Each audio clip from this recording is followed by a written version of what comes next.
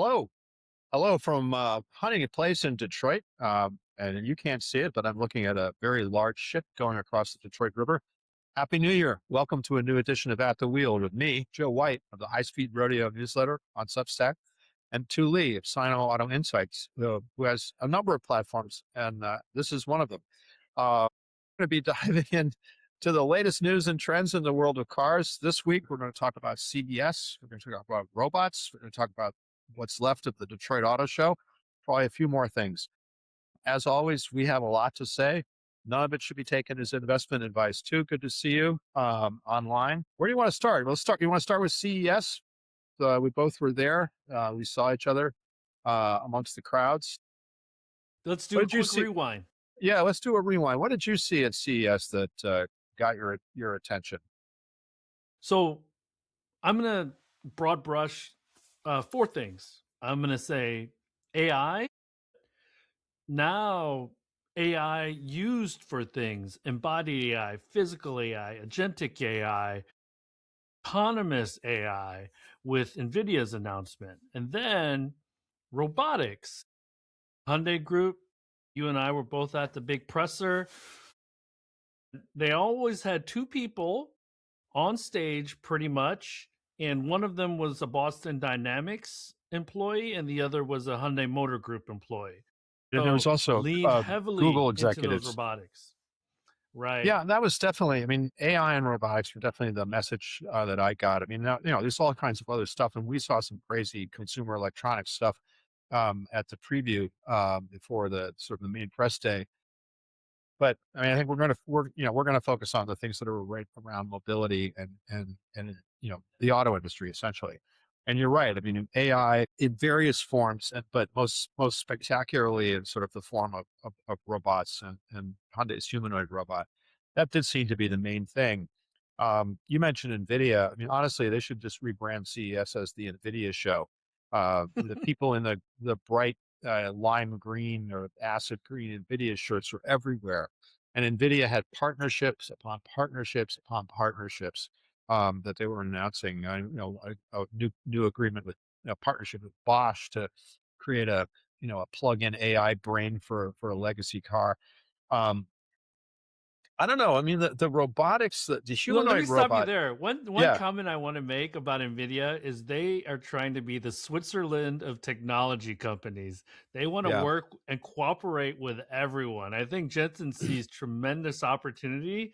Although he jumped into the autonomous vehicle space, he was trying not to upset or trying to piss off the Tesla stands. He was effusive in his praise of Tesla and FSD, but they want to be the picks and shovel for data centers. They want to be the picks and shovel people for, autonomous vehicles, for, AI compute, everything. So he wants to really, really, through NVIDIA, kind of take over the world. So. Yeah, no, absolutely. I mean, and you saw that pick and shovel and that kind of, we are your enablers. I mean, in the auto industry, I mean, look, the automakers, you're laughing, it's right. I mean, automakers, when you talk AI and automakers, automakers don't have the capital to compete in the AI race that's being undertaken in Silicon Valley. I mean, there's 10x the capital being spent in Silicon Valley that the auto companies can spend. Two, auto companies don't make chips. I mean, they can pretend that they do, but they don't. And they don't have so anyway, NVIDIA comes in and says, we can help you with all of that. We understand the high-end chips. We understand autonomy. We understand, how to integrate these things. And if you look at their balance sheet, their revenue is doing this on automotive. So. Yeah, absolutely. And I think also, I mean, and I'm not, I don't work with NVIDIA, but NVIDIA seems to be a good partner for these auto companies. They're not trying to crush them or take their brands away or any of that stuff. We're just here to help. I would say it's interesting though. So here at the Detroit Auto Show, there's talk about robotics and AI, a lot less sort of demonstration. A lot more squealing Seems tires. a lot more analog. It's a lot more analog from the auto show. Seems a little more analog, a lot more analog. Yeah, it's a lot more analog, but you do hear talk about it. And I mean, I heard an executive from a supplier company at the mobility conference that's been going on here, talking about, look, we are starting to automate assembly lines or assembly processes, production processes that 3 or 4 years ago we believed could not be automated. The technology wasn't there, the robotics weren't there, and now we're automating them. And I do think that was the message. I mean, the humanoid robots are flashy, but they also aren't ready for prime time.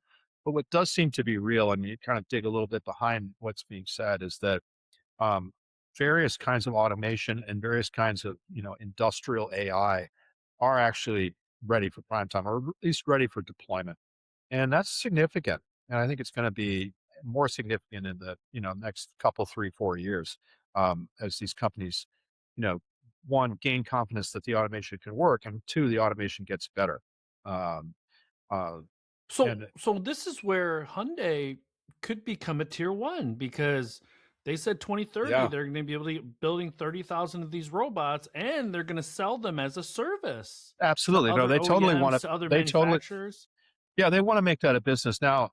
One of the Hyundai executives, or actually Boston Dynamics executives, give all of us in the media a riddle to solve as to kind of what the potential revenue would be by 2030. And the way I solved the riddle was that they're looking at about $7 billion. So on the one hand, that's multiples of where they're at now at Boston Dynamics. Right now, they're at $130 million. What is, it's a lot. It's a lot of growth that they're projecting as a percentage terms. As a percentage of Hyundai, which is a 120 plus billion-dollar global enterprise, it's still not that much. But right, they want to automate their plants. They want to put humanoid robots in their plants and other kinds of robots, I'm sure. And then they want to sell it as robotics as a service, RaaS, which is an acronym, or not a great acronym, but it's an acronym I think we're going to hear a lot going forward. So, how do you monetize these robotics investments? So, yeah, I mean, CES used to be more of a car show in a way. I mean, like the companies would bring actual cars and debut them and show off technology. This time, it was much more what you said, and it was AI and kind of applications of AI and humanoid robots. Oh, but we shouldn't forget, and I think probably there's going to a lot of talk about this. There were a couple of car companies there, pretty high profile, and they were Chinese, right? And Well, that was interesting and to see. we got to dine with one of them on Sunday night, right? Hmm? So Geely, maybe you could yeah, and talk a little bit about that. well, I mean, Geely, Geely had a big presence there, and honestly, I think the most impactful thing they did, um, and these were the people we had dinner with, was they invited a lot of auto journalists and automotive, auto influencers, online influencers, to come to Vegas and test drive their cars, or a number of their cars. Now, I didn't get a chance to do that. That's actually a regret I have about my time at CES. I should have done that, but other people We did. can get you set up. We can get you Yeah, set up, Joe. yeah. I'll take care of that. Other people did, and our friend John McElroy got the top communications officer for the Geely to kind of say the quiet part out loud, which is, yeah, we want to come to the United States and we want to make a decision about doing that in 2 or 3 years. Probably using the Volvo factory, which is their factory. It's a Geely factory, in case people don't know. Volvo's a Geely Very brand, underutilized. very underutilized. And so they're talking about bringing some of their Chinese brands. Um, and that made a big splash. And Great Wall was there at the show with vehicles. Very, these look very competitive. These are big vehicles. I mean, people think Chinese vehicles are, little tiny cheapo EVs that only play in China. No, no, no. These were full American sized EVs that they had squatting on the They're floor. definitely not bringing those to show off the small No, ones no, to the no. I U.S. mean, consumer. it costs money to do this stuff, and there's no way they were doing that for fun. They were doing it to try to generate interest, generate support. I will say though, now we fly back to Detroit today and yesterday here in Detroit. A lot of mixed messages about Chinese automakers and coming to America. On the one hand, President Trump was here in Detroit Wednesday. I didn't hear him say this, but it's reported that he was asked about Chinese. He said, "Let them come. Sure, you want to build factories in the United States? Come on down." Today, I was at a presentation at the Mobility Conference that we had Senator Bernie Moreno, who's a former car dealer, now senator from Ohio. He was here on a videotape, basically because of schedule screw up. I mean, he couldn't actually be here himself. And John Bozella, who's the head of the Alliance for Automotive Innovation, which is sort of the main lobbying group for the in Washington for the uh, the automakers here in the U.S. And both of them said Moreno was quite strong about this, saying we don't want Chinese companies coming here using Chinese sensor technology, cameras, software. We don't want any of that. China's a hostile power. They're not our friends. That's a real national security risk. I mean, Moreno said that. John Bozella basically said, look, this is a bipartisan view in Washington that Chinese automakers coming here with Chinese sensing technology and data collection technology are not welcome. So yeah, I mean, what do you think? I mean, because I mean, it seems like there's tension there. This might could be consumers saying these are cool cars. Why can't we have them? And political leaders saying no way. It's a threat. Well, first of all, there seems to be a civil war amongst the Republicans, at least at the top of the ticket, and the rank and file. So that needs to be reconciled, right? The Democrats, when Biden was in place, he did put restrictions in on software and Absolutely. hardware. So Hmm. that's pretty clear. The one thing that I want to point to is that, and this was a 15-minute conversation in the front seats of a Lincoln Code '09. So Hmm. Ash couldn't detail any plans, and I don't think he wanted to detail. Let me also give you a little bit of background. Ash and I go way back. I've known him since Geely Auto He's days the 10 he's the years he's ago. the he's the chief spokesman for Geely. Yes. So Geely reorganized a little bit. Now there's a holding group because Zeekr went private again because it was Hmm. publicly traded. Now it's private. So it gives them a little more kind of flexibility. And then all of the staff that you and I talked to on Sunday night at that Mexican restaurant in Mandalay Bay, they're the Hmm. Geely Auto team. And then Ash is coming from holding, and he's not flying there to not formalize that messaging, right? It's not some random thing No, that he did. no, there's So, nothing random about uh, it. right, and the important thing is that he was clear. We want to abide by all the laws and policies in regulations of the United States. I allude to, or what I kind of think through on the 3D chess side, is that we're going to take 24 to 36 months to try to localize our vehicles for the US and North American market to comply. Now, this also points to the fact that, look, we are the best vehicles in the world. That's the confidence that they're bringing because of their products. I, having spent the last 2 afternoons at the Huntington Place with you, I mean, not together, but with you Yeah, looking we at walked around. cars, they might be right. Well, Um, yeah, I would say, I would say they're absolutely right that that on the face of it, they have highly competitive vehicles, for sure. Everybody can argue about whether it's the best vehicle in the world, but it's certainly these are competitive vehicles. These vehicles, all other things being equal, they would um, be competitive in this marketplace or any and marketplace. And desirable. I think it's important to say yeah, and they're desirable. desirable because people No, they do yeah, want to look at them, touch them, drive them. So, they look great. They look great, and right. Nobody knows what Zeekr is in the United States. Nobody knew what Hyundai was 30 years ago. And nobody knew what Toyota was 50 or 60 years ago. So, you know, eh, hardworking, smart companies can overcome brand recognition issues if they have a great product. And so I agree. I mean, I think that's a lot. You're right. I think that's a lot of tension there. but one thing I did write that I think it should be paid attention to is now the countdown clock starts for the legacy OEMs in the US, whether it's Korean, Japanese, American, or German, because before this announcement by Geely, it was kind of like, oh, we're only going to worry about the competitors in the US market. We don't know when they're entering, so we can't answer that question. Now the CEOs need to be able to answer that question. What will you do in 3 years? So I Yeah. think that's an important thing to kind of note as well. Yeah. And what I'd gotten from Trump Trump's speech is that foreign direct investment is welcome, including Chinese. Okay. And now the details will get sorted out by the Congress, but you Well, guys are or welcome to by the come. or by the administration, the rule makers, the Commerce Department, all of that.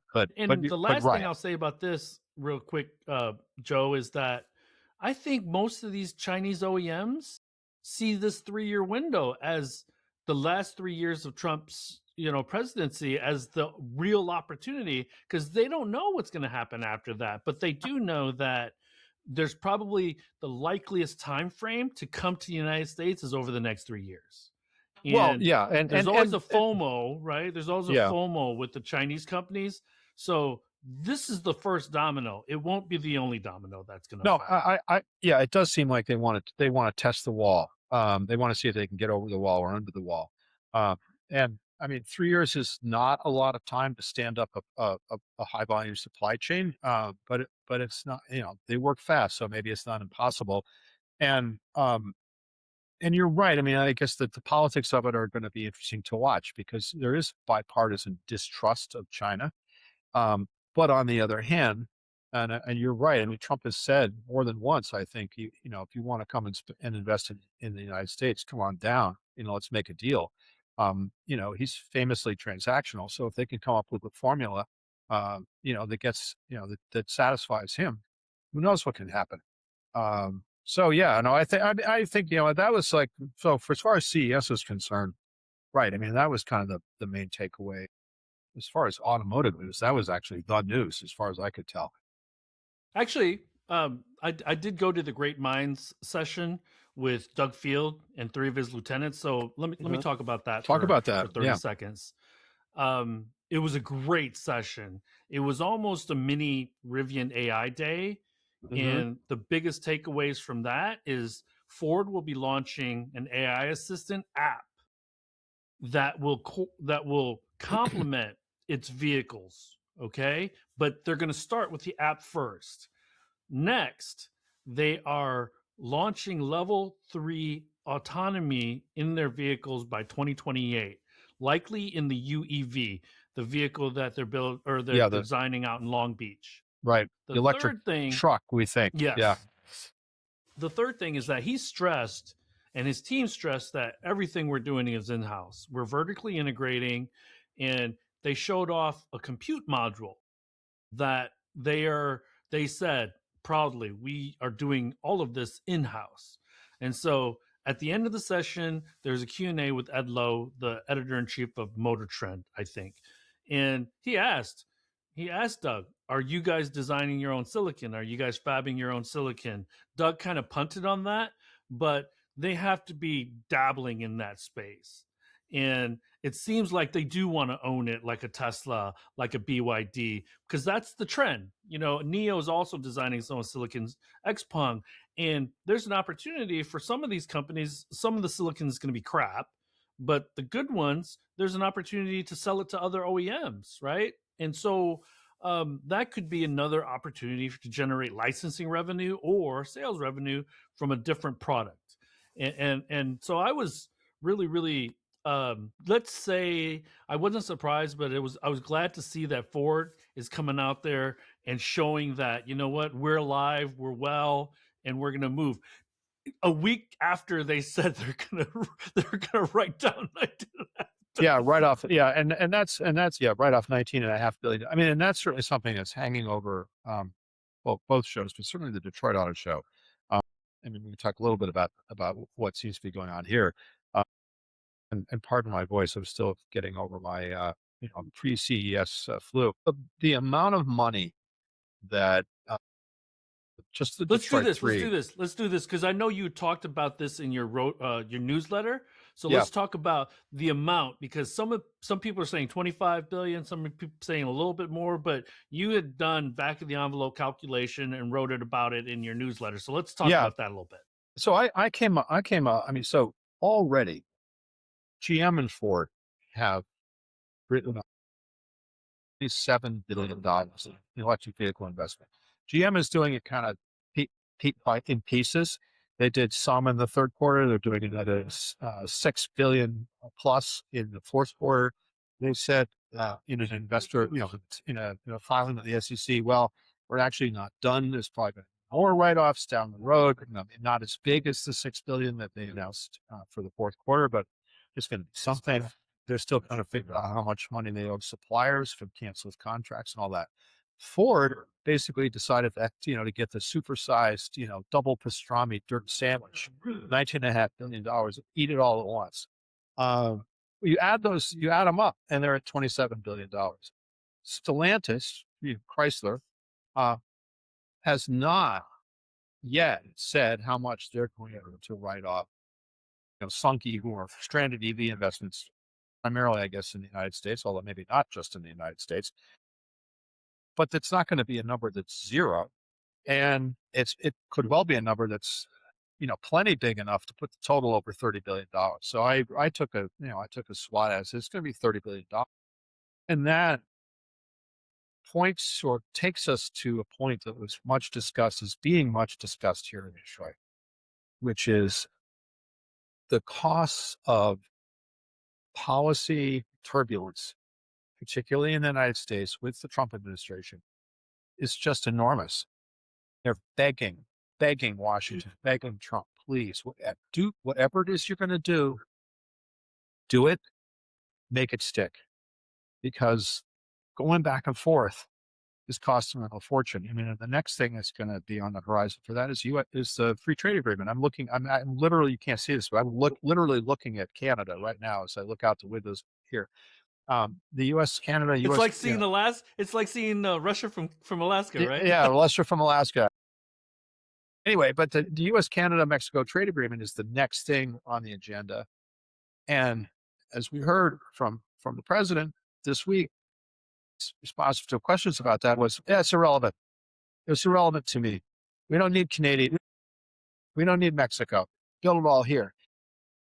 Yeah, that's not what they think. The auto companies, in the hall here think. They definitely want Canada. They definitely want Mexico. If they're going to build engines, if they have engine plants in both countries, Mexico and Canada, they need to invest in those plants for new product. They got to wait. It's driving them crazy.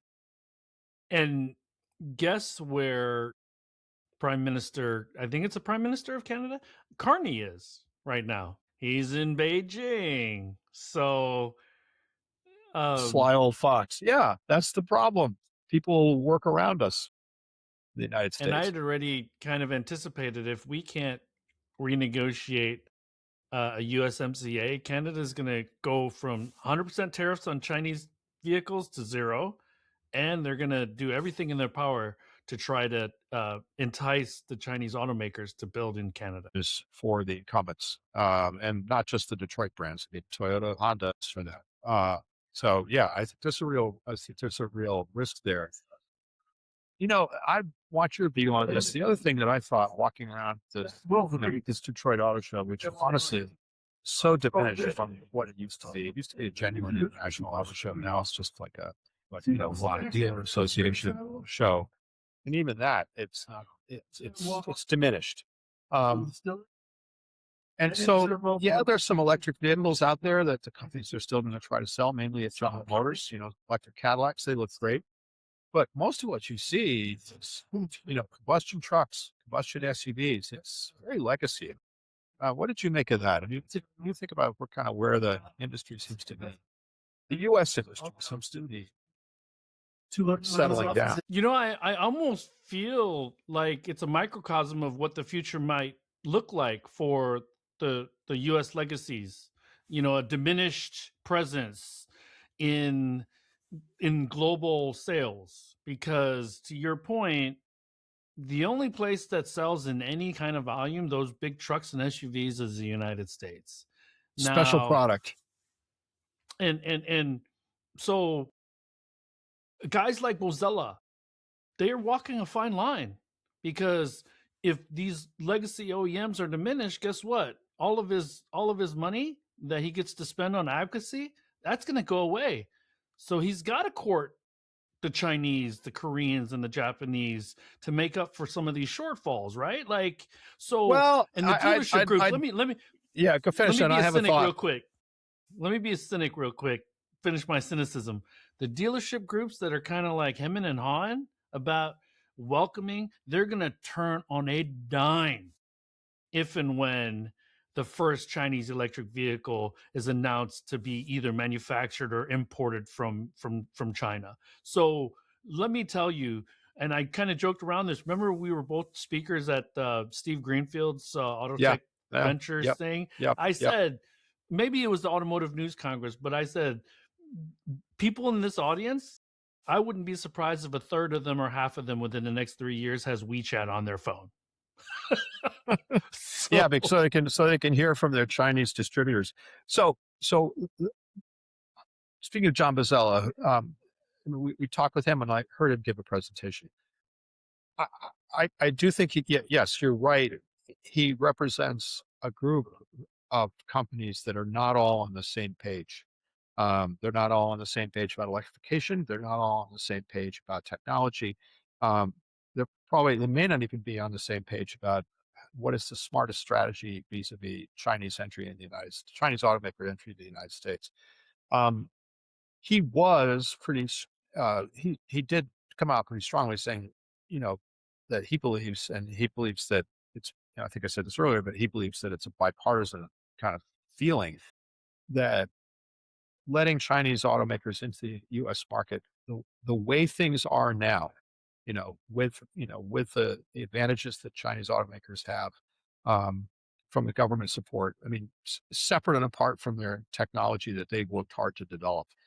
Um, and he mentioned this more than once, the national security concerns around, Chinese vehicles and their ability to harvest information and harvest data. And again, you can say, well, that's being paranoid. Well, I don't know. I'm not sure how paranoid that is. It might well be real. And certainly the Chinese have had similar concerns about Teslas, right? They're like, yeah, we don't want these Teslas in our military and government facilities. So I do think those are real barriers. I do think that John, called those out. I think, however, I do agree that I think you're right that as with Toyota, decades ago, Hyundai more recently, um, I do think that if a Chinese company like Geely cracks the code and says, "Look, we're compliant. Our technology is made in the USA. We called up Jensen and we got a whole bunch of chips from Nvidia. It's all good. all our data centers are in North America. All our data centers are in North America. You can Presumably, audit it to make sure it doesn't go yeah, anywhere. come on down. It's not going anywhere. I mean, and there's no reason they can't do those things. Then I think you're right that you see the dealers say, "Where can I sign up?" That's it, and so it's kind of back to a point you made a little earlier. And again, walking around the Detroit show, I really felt this. It's like these vehicles and these products that are front and center here at the Detroit show are products that are at great risk if the competitive landscape changes.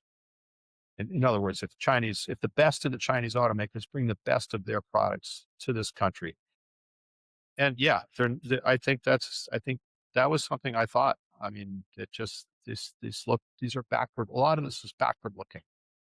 And honestly, Joe, you could probably point to your experience writing articles about when the Japanese really took the small car market, in the 80s and 90s as a canary in the coal mine, but then also looking more recently at Tesla going from 0 to, 1.7 million cars.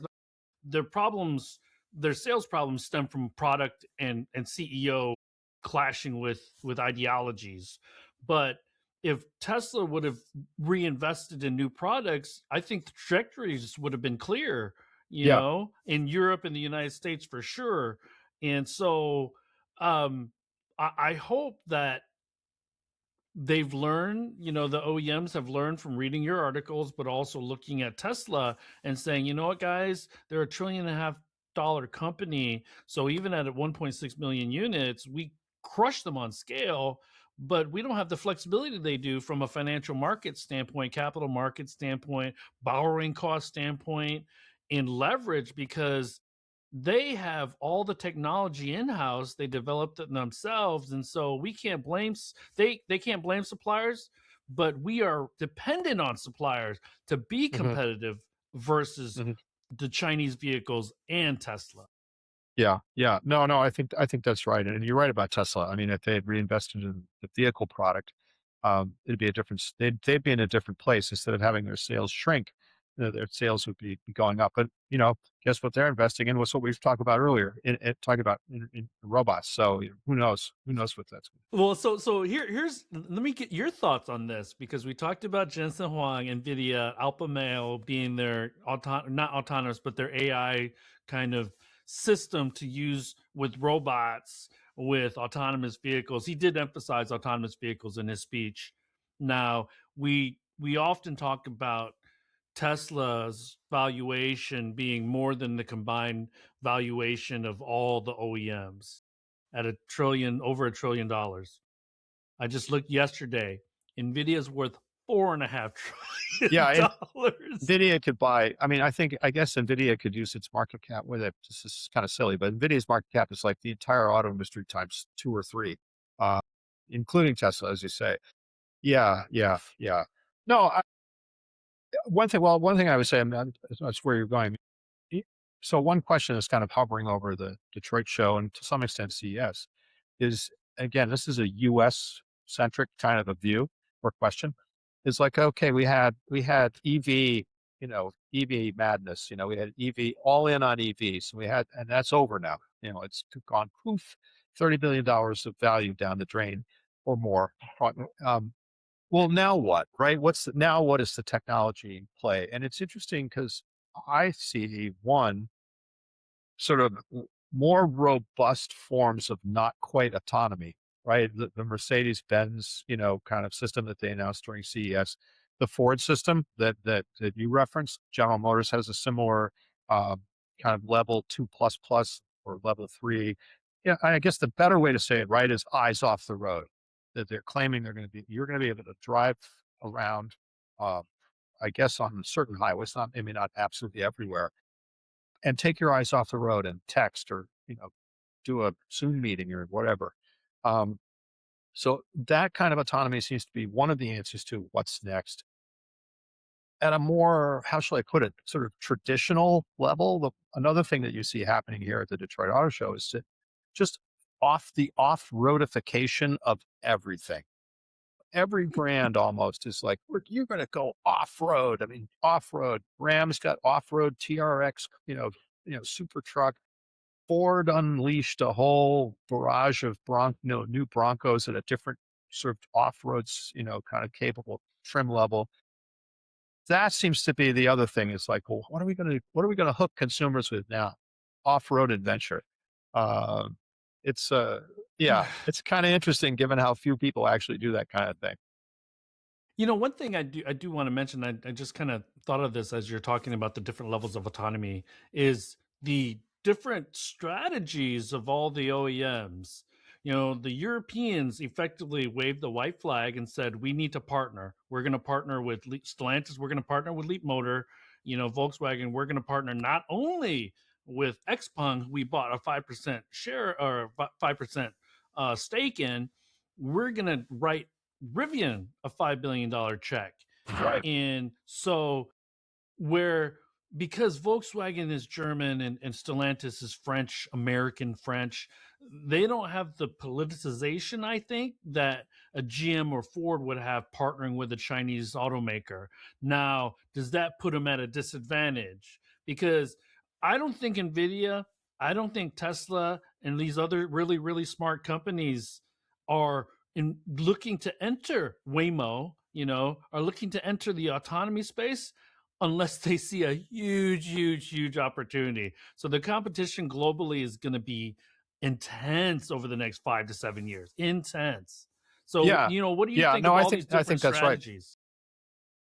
Well, I think it's going to be. I First of all, I agree that it does seem like offering customers and all kinds of customers, consumer individual customers, and also I think corporate fleet yeah, buyers, but offering customers you know, some sort of eyes off the road, hands off the wheel driving capability. Maybe not full on, like you could go anywhere you want and go to sleep in the back of the car, but eyes off the road, hands off the road. We're giving you your time back is the kind of the mantra that they use. That will certainly in the luxury space, the luxury segments, I think that's going to become absolutely essential. And the companies are behaving as if it's going to become absolutely essential. And yeah, I agree that it's going to be interesting to see from a point of view of how much investment do they throw down. What's the smarter way to go? Is the smarter way to go to try to do it all in house and have a fully integrated, vertically produced system, or is the smarter way to go to again make a phone call to Jensen Huang, or or one of his very nice assistants and say, subordinates, and say, look, can we just buy, an autonomous driving stack from you, or go to a partner overseas, in China or wherever. That doesn't seem to be happening. I mean, I'm going to say this, and our listeners can prove me wrong. What I'm not seeing is any major OEM saying we're going to partner with one of our major like scale rivals, right? Ford and Volkswagen were going to do it, then they blew that up. But that's what I haven't seen yet is any sort of the big OEM saying, you know what, this is a capital cost that we don't need to shoulder off or shouldn't shoulder on our own. We're going to partner with people we traditionally are rivals with to try to have scale for the hardware and software and and risk protection for the capital. I haven't seen it. Well, but here's the thing too. I'm looking at autonomy now, level 4 autonomy, as an inevitability. Now it's just a time. It's not an if, it's a when, because everybody's all in. Okay, number one, and it's not going to be point to point where I call it anywhere I want at any time. It's gonna be phased in, use case by use case. It's gonna be geofence, things like that. Like, not likely during that storm last night that level 4 autonomy is going to be happening No, anywhere. no. But maybe in 10 years it does. That being said, we haven't even talked about who's going to own the data centers, because that's going to be multi-billion, tens and billions of dollars, and data management tools, all that stuff. If and when you get to that point, and this is where only the Teslas and only the Nvidias have that level of access to capital to make it make sense. On or Microsoft or Google. I mean, it actually just prompted something that I could have mentioned before, should have mentioned before. Uh, so, you know, one of the biggest and most kind of diverse booths that I saw at CES in the West Hall, which is where all the mobility tech was being displayed, was from Amazon. Amazon Web Services. So I think if I worked if I was one of the Amazon people listening to you say what you just said, I would be saying, wait a minute, data centers, we're call us, you know. So that's part of it, right? Is that these auto companies, you're right, they don't have the capital to spend on this kind of stuff. They're going to have to contract or partner. But to you know, Silicon Valley, I think is going to step right up because it's totally in their interest to do that. Yeah, at the end of the day, you could see an Oracle. You could see a Right. Or non-traditional consumer product technology company, because when you think of technology companies, the first things you think of are probably Alphabet, Apple, Amazon. But Oracle is also very, very wealthy company, very high valued company, and so Amazon in the $1 trillion, maybe in order to really manage, own, service tens and thousands of robo taxis, you need to be at least $1 trillion player in the capital markets. yeah, that And makes a lot of I sense don't, to me. I think you got it right. I think you hit it. I think that makes a lot of sense. You've got to have that kind of throwaway. Yeah. so this reminds me of, like, go ahead, go ahead. No, I was just going to say, and then the challenge, and this comes, again, we're not going to cover it in the time we have, but this comes back to one of the reasons why I think you're hearing a lot about AI is that the auto companies and others, recognize that data that these connected vehicles, these quasi autonomous vehicles with cameras, lidar, and all the rest of it, the amount of data they're hoovering up, the amount of data that's going to be required to manage supply chains, especially as these supply chains, that have been kind of built over years have to be basically ripped up and redone. All of that is going to require levels of data mining and data intelligence that right now they don't have. And that's where, you see a lot of talk about AI applied to that. And it will just be interesting for me. And certainly don't know where this will shake out, but it was interesting for me to see, kind of who winds up getting the most value out of all the data that the car companies generate and the products generate. Is it going to be Amazon Web Services or is it going to be General Motors or Ford? I think that's going to be one of the things that the people are struggling with. But to me, we I look at Xiaomi, okay? They were a technology consumer products company that sell handsets, they sell home appliances, so they collect data on almost every use case in your life except for the vehicle. And so maybe these companies, the technology companies first, because they know what we search for when we're online, they know what we buy, they know what entertains us. We should look at which technology companies can close that loop. And that might be Alphabet because they have Nest now with the home stuff, but that's how I might look at it because the entire thing is how can I create a platform where you never leave, Yeah. Well, right? and by the way, Alphabet or Google um, is is is working its way. I mean, they're working its way into this conversation across the board. First, directly with the car companies. I can't. I'm going to get this wrong, but um, one of them is Gemini AI. The Google Gemini AI. I think it's General Motors. General Motors is deploying Gemini AI in its initial kind of AI in the dashboards or play. They say they're gonna build their own. Apple's using Gemini AI too, so Yeah, right. But what I was gonna come to is that, Google DeepMind, which is their sort of deep, high test AI lab, is working with, Boston Dynamics, on their humanoid robot. And I just found this out today, it's probably been out there for a while. They're also working with Apptronic, which is another humanoid mm, robot, startup company, that, in is Austin, working. Texas. Yeah, in Austin, Texas, that's, spun out of University of Texas Research, and this is a presentation I just saw, and they're working with Mercedes and I think also BMW, deploying, test piloting, humanoid robots. Let me not lose my own point. Google was with both of them, and presumably, they're working to be partners. So, you do see, Google and these other tech companies, making themselves indispensable, or certainly valuable, in all these efforts by the auto companies to kind of go to the next level. And if we peel the layers of the onion back, because all these things we talked to, let's circle back and kind of connect all the dots because you Mhm. and I kind of jumped around a little bit. But Yeah, we did.